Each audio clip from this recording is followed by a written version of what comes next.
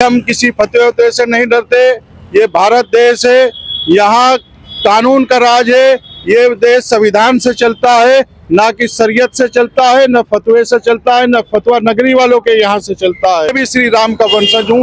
एक सनातनी मुसलमान होने के कारण मुझे भी बड़ा दुख हो रहा है कि हमारी भाइयों पर वहाँ बांग्लादेश के अंदर जुल्म और ज्यादती हो रही है। मेरा भी खून खोल रहा है। वो कट्टरपंथी हमारा क्या मुकाबला करेंगे? वो यहाँ कुछ आकर के दिखाए, कुछ गड़बड़ करके दिखाए, हम ही उनको औकात दिखा देंगे। उनकी औकात क्या है कट्टरपंथियों की? वो जुल्म और ज्यादती रोके, वरना एक दिन वो आएगा कि भारत के लोग ही वहां जाकर उनकी गर्दन पर हाथ डालकर उनको रोकेंगे। नमस्कार, स्वागत है आपका हेडलाइंस न्यूज नेटवर्क में। मेरा नाम है प्रिंस। बांग्लादेश में हो रहे हिंदुओं के अत्याचार को लेकर अब पूरे देश और दुनिया में रोष का माहौल है। तमाम पार्टी, चाहे बीजेपी हो, चाहे पक्ष हो, चाहे विपक्ष हो, लगातार इस मुद्दे को उठा रहा है। लेकिन इन्हीं मुद्दों को आज मेरे साथ बात करने के लिए देवबंद से मौजूद है राव मुशर्रफ साहब। उन्हीं से जानेंगे आखिरकार बांग्लादेश में हो रहे हिंदुओं के अत्याचार को लेकर मुस्लिम समाज से हैं, वो कैसे देखते हैं। सर, बहुत बहुत स्वागत है आपका एक बार फिर हेडलाइंस न्यूज नेटवर्क पर। सर, कैसे देखते हैं बांग्लादेश में हो रहे हिंदुओं के अत्याचार को लेकर, क्या कहेंगे? देखिए, बांग्लादेश के अंदर जो जुल्म और ज्यादती हो रही है उसकी मैं घोर निंदा करता हूं और मैं भारत सरकार से मांग करता हूं कि वहां के सनातनियों पर, वहां के सिखों पर, वहां के बौद्धों पर, वहां के जैनियों पर, तमाम जितने भी वहां अल्पसंख्यक हैं, हिंदू समाज हो चाहे वह अन्य मजहब से ताल्लुक़ रखते हो, उन पर जो जुल्म हो रहा है वो उस पर तुरंत रोक लगाई जाए। और वहाँ की सरकार पर भी जो है किसी तरह का दबाव बना करके, जो कट्टरपंथी विचारधारा के लोग हैं वो सरकार पर दबाव बना रहे हैं वहाँ की, और वहाँ की सरकार को घुटने टेकने पर मजबूर करे भारत सरकार, ताकि वहाँ जुल्म ज्यादती रुक सके बांग्लादेश के अंदर। जब तमाम भाईचारे की मिसाल पेश की जाती है, हिंदू मुस्लिम भाईचारे की बात की जाती है, लेकिन वो भाईचारा फिर बांग्लादेश में कहाँ गया? क्यों नहीं वहाँ पर भाईचारा दिखाया जा रहा है? क्यों वहाँ पर हिंदुओं पर इतना अत्याचार किया जा रहा है? देखिए, आज सहारनपुर में भी सनातन धर्म रक्षा मंच के द्वारा एक कार्यक्रम था, मैं भी अभी उसमें था। तो बात जब आई गंगा यमुना की तहजीब की, तो मैं समझता हूँ वो जो तहजीब है वो बांग्लादेश के अंदर ख़त्म हो चुकी है। ये तमाम बातें जो हैं गंगा यमुना तहजीब वाली, वहाँ सब फेल हैं, सब खत्म है, सब बकवास हो रही है, ये बकवास साबित हो रही है। और आज वहाँ पर जो जुल्म और ज्यादती हो रही है बांग्लादेश के अंदर अल्पसंख्यकों पर, मौलाना अरशद मदनी भी चुप है, जमीयत उलमा हिंद भी चुप है, तमाम जितने भी मुसलमानों के धर्म गुरु हैं आज वो बिल्कुल चुप है। आज वहाँ नंगा नाच हो रहा है। आज वहाँ की जो तस्वीरें आज आ रही हैं बांग्लादेश से, वो तमाम तस्वीरें विचलित करने वाली तस्वीरें हैं। रोंगटा खड़ा होता है देख कर कि वहाँ की तस्वीरों को, भाई के सामने बहन का रेप किया जा रहा है, पति के सामने पत्नी का रेप किया जा रहा है। ऐसा जुल्म आज तक दुनिया में कहीं भी नहीं हुआ होगा। और व्यापारियों की दुकानें लूटी जा रही हैं, व्यापारियों के घर जलाए जा रहे हैं। वहाँ के हिंदुओं पर जो जुल्म और ज्यादती किया जा रहा है वो बर्दाश्त के करने के लायक नहीं है। रोंगटा खड़ा होता है। वो भी इंसान है। इस्लाम धर्म तो ये सिखाता है कि कोई भी हो, किसी भी धर्म का मानने वाला हो, उसका सम्मान करो, उसकी रक्षा करो, उसकी हिफाजत करो।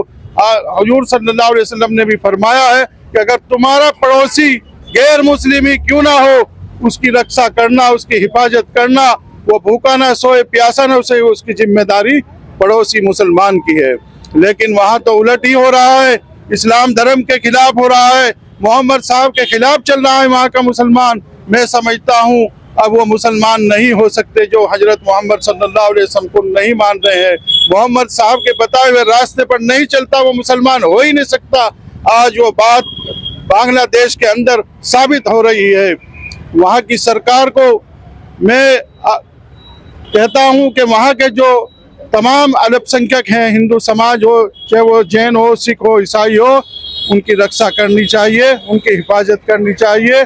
और भारत सरकार को भी दबाव बनाकर वहाँ पर उनकी हिफाजत और सुरक्षा सुनिश्चित करनी चाहिए बांग्लादेश के हिंदुओं की। अच्छा, अगर मैं संभल की बात करूँ, संभल में इतना बड़ा एक कांड हुआ, मस्जिद को लेकर, सर्वे को लेकर बात हुई, विपक्ष लगातार मुद्दा उठाता रहा कि ऐसा क्यों हो रहा है, मुस्लिम और अत्याचार क्यों जा रहा है। वो विपक्ष अब कहाँ है जो बांग्लादेश में इतना अत्याचार हिंदुओं पर किया जा रहा है, तो विपक्ष बोल क्यों नहीं रहा है? मैं कहना चाहूँगा, छोटी मोटी घटनाओं पर जो मोमबत्तियाँ लेकर लोग सड़कों पर आते हैं, छोटी मोटी घटनाओं पर प्रदर्शन करते हैं, आज वो मोमबत्ती गैंग कहाँ गया है?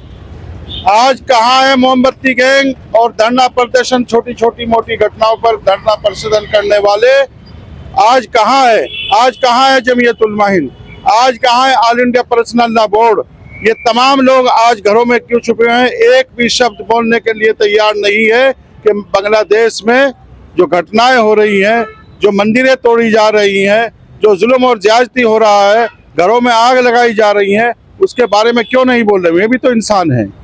इंसानियत के खिलाफ वहाँ की सरकार जो काम कर रही है इंसानियत के खिलाफ है, उस मानवता का जो नंगा नाच हो रहा है उसको रोकना चाहिए। अच्छा, योगी जी ने एक नारा दिया है, बटोगे तो कटोगे, इसको लेकर क्या कहेंगे? क्योंकि अखिलेश यादव का तो लगातार यही कहना है कि योगी जी ने तो खुद बांटने की बात कर दी है इसमें। देखिए, योगी जी ने कहा कि बटोगे तो कटोगे, ये बात सत्य है। और अगर ये न बटता, बांग्लादेश ना निकलता आज अखंड भारत से, और पाकिस्तान ना निकलता, अफगानिस्तान ना निकलता, ये वही कारण है जो बट गए हैं। आज देखिए बांग्लादेश के अंदर कट रहे हैं, आज बांग्लादेश के अंदर कट रहे हैं, वो इसीलिए कट रहे हैं कि ताकि हम बट गए हैं। और जब एकजुट नहीं होंगे जब तक सनातनी लोग, तो ऐसे ही हाल होगा जैसा बांग्लादेश में हो रहा है। वो दिन दूर नहीं, अगर सनातनी भारत के अंदर भी बढ़ते रहे, जातियों में, पंथों में, पार्टियों में, राजनीतिक बात को लेकर बढ़ते रहे, तो मैं कहना चाहूंगा एक दिन यही हाल यहाँ होएगा सनातनियों का जो वहाँ बांग्लादेश में हो रहा है।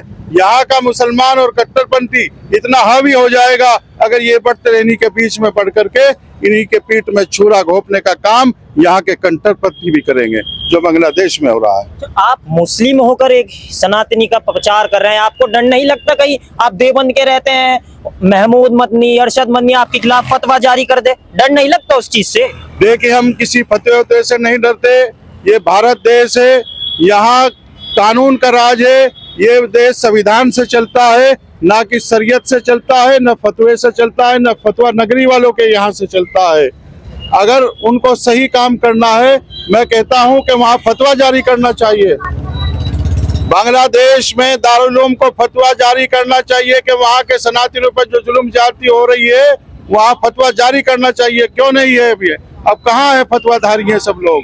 क्यों नहीं कर रहे हैं? और मैं कहता हूँ बांग्लादेश में जो है वो ज्यादातर देवबंदी विचारधारा के लोग हैं। आज क्यों नहीं फतवा दिया? और कोई मुसलमान अपने वंशजों का, अपने पूर्वजों का नाम लेता है, कोई अपने पूर्वजों का जय श्री राम का नारा लगाता है, तो उसके तुरंत ये खिलाफ फतवा जारी कर देते हैं। जबकि तमाम भारतीय लोग जो है वो श्री राम के वंशज हैं। तो वहाँ के जो भी जितने भी बांग्लादेशी सनातनी हैं वे भी श्री राम के वंशज हैं। इसीलिए मैं कह रहा हूँ कि वहाँ जो जुल्म और ज्यादती हो रही है, इसीलिए यहाँ के सनातनियों के और जो श्री राम के वंशज हैं उनका खून खोल रहा है, इसीलिए खोल रहा है। मैं भी श्री राम का वंशज हूँ। एक सनातनी मुसलमान होने के कारण मुझे भी बड़ा दुख हो रहा है कि हमारी भाइयों पर वहाँ बांग्लादेश के अंदर जुल्म और ज्यादती हो रही है। मेरा भी खून खोल रहा है। आप सनातनी मुसलमान की बात कर रहे हैं, उधर तो सर तन से जुदा के नारे लगते हैं, आप कह रहे हैं कि आप सनातनी मुसलमान हैं। वो लगाते रहे, वो कट्टरपंथी विचारधारा के लोग हैं। उनकी विचारधारा को और हमारी विचारधारा को जमीन आसमान का अंतर है। हम अपने पूर्वजों को मानने वाले हैं, हम भारतीय और भारतीय संस्कृति को मानने वाले हैं, अपने पूर्वजों की परंपराओं को हम निभाने वाले व्यक्ति हैं। वो कट्टरपंथी हमारा क्या मुकाबला करेंगे? वो यहाँ कुछ आकर के दिखाए, कुछ गड़बड़ करके दिखाए, हम ही उनको औकात दिखा देंगे उनकी औकात क्या है कट्टरपंथियों की।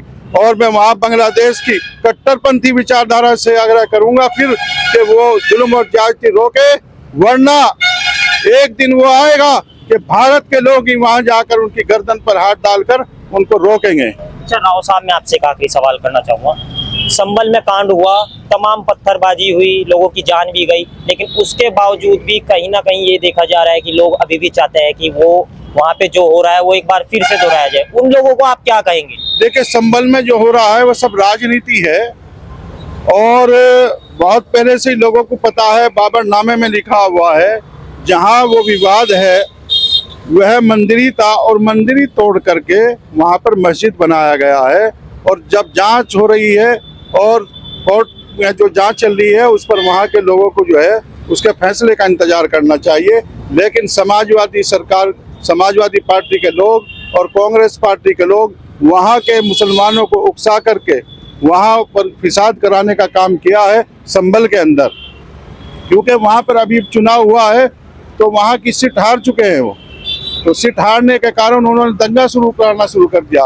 और हमेशा बात याद रखिए, जब जब भी उत्तर प्रदेश के अंदर कोई भी सांप्रदायिक या किसी तरह का भी दंगा हुआ वो समाजवादी पार्टी के सरकार में हुआ, कांग्रेस की सरकार में हुआ।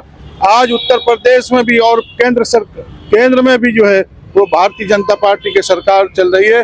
कोई भी एक घटना बता दो सांप्रदायिक दंगा हुआ हो, एक भी नहीं हुआ है। वो छोटी मोटी घटनाएं हो जाती हैं, वो कुछ लोग कट्टरपंथी विचारधारा के करा देते हैं, लेकिन सांप्रदायिक दंगा आज तक नहीं हुआ। जितना मैं कहता हूँ मुसलमान सुरक्षित आज उत्तर प्रदेश और भारत के अंदर है, मैं समझता हूँ कि आज वो मुसलमान कहीं भी सुरक्षित नहीं है। विपक्ष में अखिलेश यादव हो, अवैसुद्दीन ओवैसी हो, शफीकुर बर्क रहमान के बेटे हो, उनका तो यही कहना है कि ये सब बीजेपी की राजनीति है, बीजेपी ये काम करवाती है, बीजेपी आपस में लड़वाती है। बिल्कुल गलत बात है। उनका काम है बीजेपी और आरएसएस को गाली दे करके लोगों का, मुसलमानों का बेवकूफ बनाना, राजनीतिक रोटियां सेकना उनका काम है। बीजेपी और आरएसएस को गाली दे करके वो मुसलमानों को बहका करके, फुसला करके, भटका करके दंगा कराने का काम करते हैं।